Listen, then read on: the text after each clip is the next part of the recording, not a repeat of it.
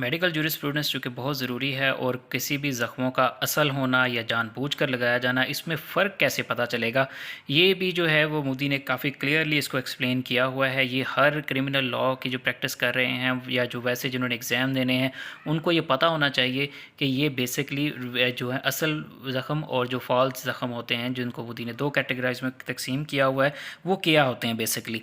तो ये है तो छोटा-सा टॉपिक, लेकिन बेइंतहा इम्पॉर्टेंट है, क्योंकि जब आप किसी भी ज़ख्म को झूठा ही करार दे देंगे तो उसके ऊपर जो भी दफ़ा लगी हुई वो भी ख़त्म और पूरा का पूरा केस ही ख़त्म हो जाता है। तो इसके अंदर जो है उसने कुछ चीज़ें बताई हुई हैं जहाँ से आपको पता चल जाएगा। वो पॉइंट्स हैं मैं बता देता हूँ, लेकिन उससे पहले मेरी एक छोटी सी रिक्वेस्ट है, प्लीज़ आप चैनल को ज़रूर सब्सक्राइब करें, क्योंकि और इस पर चूँकि जो आपका जो सब्सक्राइब करना होता है वो मेरे लिए एक इनाम होता है।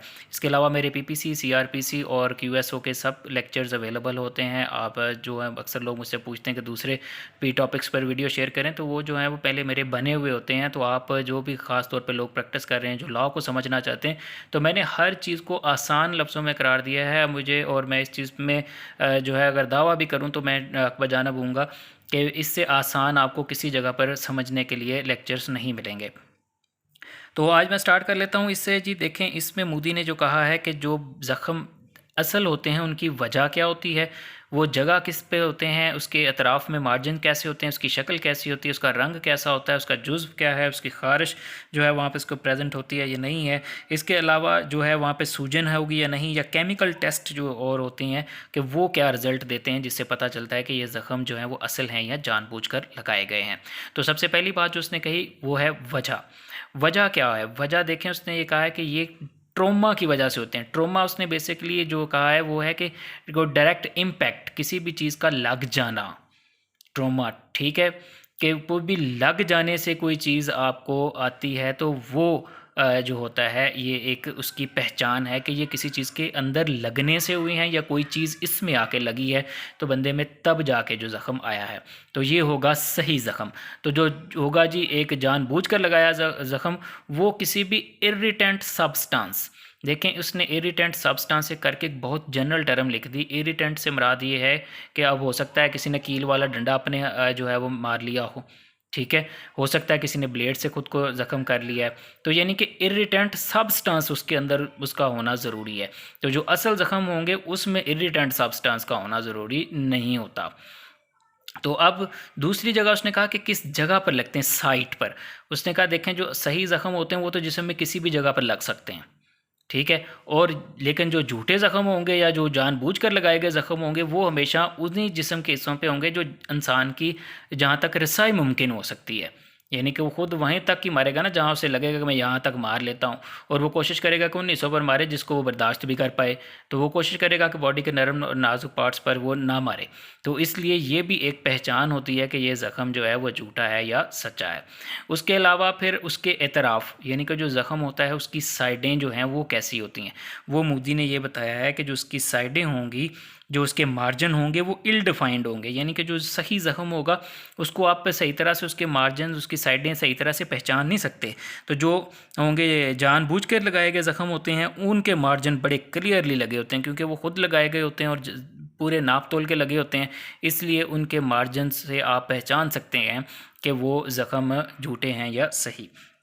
उसके अलावा जो है उसकी शेप कैसी होगी, उसने कहा कि ये यूजुअली राउंड होते हैं। जो असल ज़ख्म होता है वो यूजुअली गोल होता है, जबकि जो झूठा ज़ख्म होता है उसकी कोई शेप नहीं होती। हो सकता है वो एक स्ट्रेट पैटर्न में हो, उसके अंदर जो है वो उसके इरेगुलर पैटर्न आ सकते हैं। तो ये लेकिन ज़्यादातर जो ट्रू वर्ड ज़ख्म होगा वो राउंड होगा। उसके अलावा फिर उसने ये कहा कि उसका कलर कैसा होता है। देखें उसने कहा जो कलर की बात, जहाँ तक रंग की बात की, तो ये जो ट्रू वर्ड वाउंड होता है इसकी कोई भी शक्ल हो सकती है, डिपेंड करता है कि वो किस हीलिंग स्टेज पर है, ठीक है, क्योंकि इसमें हीलिंग शुरू हो चुकी होती है। तो अब दूसरी जो है फॉल्स, जो झूठा ज़ख्म होता है वो ज़्यादातर ब्लैक होता है, क्योंकि वो फिर इंटेंशनली लगाया गया होता है और फटाफट हम मेडिकल पहुंचने में करते हैं। तो उसके अलावा फिर क्या होता है कि जो कंटेंट, उसने कहा जो असल ज़ख्म होगा उसके अंदर ब्लड पाया जाएगा, जबकि जो जानबूझकर बंदा खुद को मारता है वहाँ पर वो एक साइकोलॉजिकली इम्पैक्ट होता है कि उस ज़ख्म के अंदर खून नहीं होता ज़्यादातर, ठीक है जी। उसके अलावा फिर उसने कहा कि इचिंग, यानी कि जो असल ज़ख्म होगा वहाँ पर ख़ारिश नहीं होगी, जबकि जो झूठा ज़ख्म होगा, किसी ने जानबूझकर ख़ुद को अगर ज़ख्मी किया हुआ है तो उसको ख़ारिश मुसलसल होती रहेगी। उसके अलावा फिर उसने जो बात इम्पॉर्टेंट कही कि इन्फ्लेमेशन, यानी कि जो सूज जाना, अगर वहाँ पर जो असल ज़ख़म होगा वो सूजा हुआ होगा, वहाँ पर सॉरी बल्कि सूजन नहीं होगी। असल ज़ख़म में उसने कहा कि सूजन ज़्यादातर नहीं होती, बल्कि जो जानबूझकर लगाए गए ज़ख़म होते हैं वहाँ पर सूजन जो होती है, स्वेलन, वो काफ़ी ज़्यादा होती है और काफ़ी प्रोमिनेंट होती है। जबकि केमिकल टेस्ट जो होते हैं, अगर जो असल ज़ख़म होगा उसका उसने कहा कि टेस्ट हमेशा ही केमिकल टेस्ट नेगेटिव आएगा, जबकि जो जानबूझकर लगाया गया ज़ख़म होगा उसका टेस्ट जो है वो पॉजिटिव आएगा।